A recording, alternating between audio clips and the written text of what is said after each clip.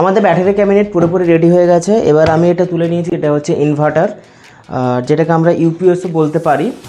পুরোপুরি UPS inverter মধ্যে পার্থক্য অবশ্যই আছে, কিন্তু কাজ প্রায় একই। তো এটা আছে আমার 13,000 VA।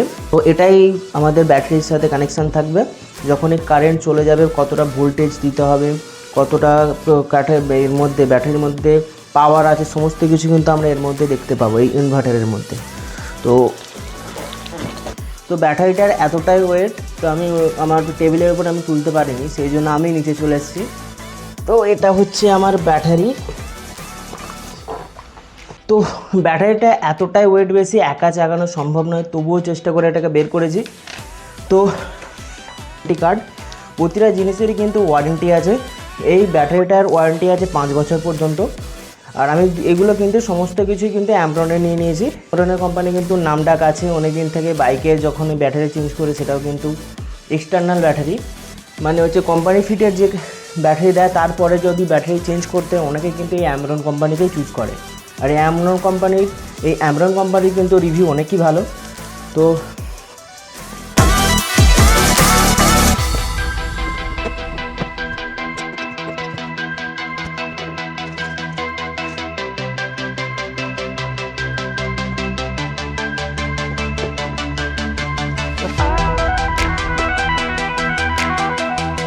তোমরা এর আগে সবাই একটু চেক করে নেবে, এখানে ব্যাটারি কিন্তু প্লাস মাইনাসের ব্যাপার থাকে। এদিকটা হচ্ছে প্লাস, এখানে দেখানোই আছে সাইন, আর এখানে হচ্ছে মাইনাস।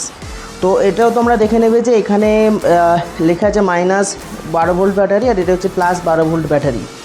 তো তোমরা যদি এদিক ওদিক না দেখে ভুলভাল লাগিয়ে দাও, কি প্লাসের জায়গায় মাইনাস বা মাইনাসের জায়গায় প্লাস দাও, তাহলে অনেকের মনে চিন্তা থাকতে পারে যে ব্যাটারি ফেটে যেতে পারে বা ব্যাটারি জ্বলে যেতে পারে, বা এরকম কোনো ব্যাপার হবে না। তো এর মধ্যে ব্যাটারির মধ্যে একটা ডিসি ফিউজ থাকে, তো সেটা এই ফিউজটা কেটে যাবে। তো এটা চেঞ্জ করলে 20 টাকা দাম থাকে ওই ফিউজটা পাল্টে দিলে আবার ঠিক হয়ে যাবে। তো এটা নিয়ে ঘাবড়ানোর কোনো ব্যাপার নেই যে প্লাসের জায়গায় মাইনাস দিয়ে দিলে বা মাইনাসের জায়গায় প্লাস দিয়ে দিলে কোনো রকম প্রবলেম হতে পারে বলে। কোনো রকম প্রবলেম হবে না, কিন্তু ভেতরের ডিসি ফিউজটা একটু পুড়ে যাবে। ব্যাটারি আনবক্সিং করেছিলাম, তার উপরেই এটা ছিল। এটার মধ্যে যে এগুলো ক্যাপগুলো দেখা যাচ্ছে, এই যে ক্যাপগুলো, এইগুলো হচ্ছে যে ব্যাটারির মধ্যে কেমিক্যাল ওয়াটার থাকে, সেই কেমিক্যাল ওয়াটার লেভেল কতটা, লেভেল কমে গেলে হয়তো ব্যাটারির পাওয়ার কমে যাবে। তো সেই জন্য এই লেভেল চেক করার জন্য এগুলোকে দেয়। তো এগুলোকে আমাকে ইনস্টল করতে হবে এর মধ্যে। আর এই হচ্ছে যে এই ব্যাটারি লেভেল চেক করার জন্য যেগুলো লাগাবো তার এইগুলো ক্যাপ, এই ক্যাপগুলো খোলার পরে আমি এগুলো ইনস্টল করব।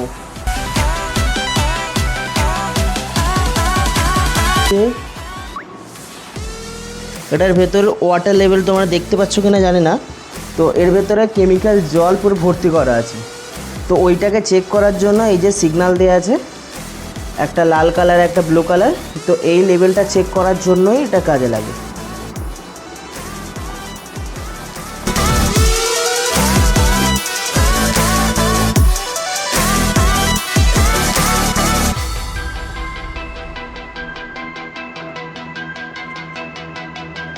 তো আমার ওয়াটার লেভেল চেক করার জন্য যেগুলো লাগানো ছিল সেগুলো ফিক্স হয়ে গেছে।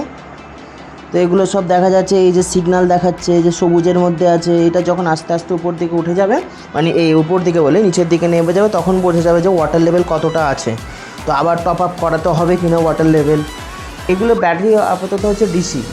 তো এসি যেগুলো থাকে, যেমন হচ্ছে আমাদের ডাইরেক্ট বোর্ডে যেগুলো আছে, ওর ফ্রিকোয়েন্সি অনেক ধাপে ধাপে হয়তো ওটা কারেন্ট ধরলে ছিটকে ফেলে দেয়, কিন্তু ডিসি কারেন্ট হচ্ছে অনেক পাওয়ারফুল কারেন্ট, একবার ধরে নিলে ধরে দাঁড়িয়েই থাকতে হবে, এরকম ব্যাপার থাকে।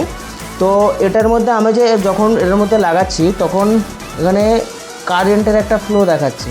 তো এটাই ভয় পাওয়ার কোনো কারণ নেই, এর আউটপুট 12 ভোল্ট, তো সেই জন্য কোনোরকম কোনো প্রবলেম হবে না। এর সাথে আরেকটা দিয়েছিল, এটা হচ্ছে পেট্রোলিয়াম জেলি।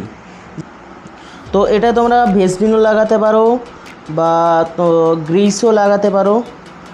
এটা লাগানোর কারণ হচ্ছে যে অক্সিজেনের সংস্পর্শে এলে জং ধরে যায়, আমরা তো যাতে জং না ধরে অনেক দিন জিনিসটা টেকে, তো সেই জন্যই পেট্রোলিয়াম জেলটা দেওয়া।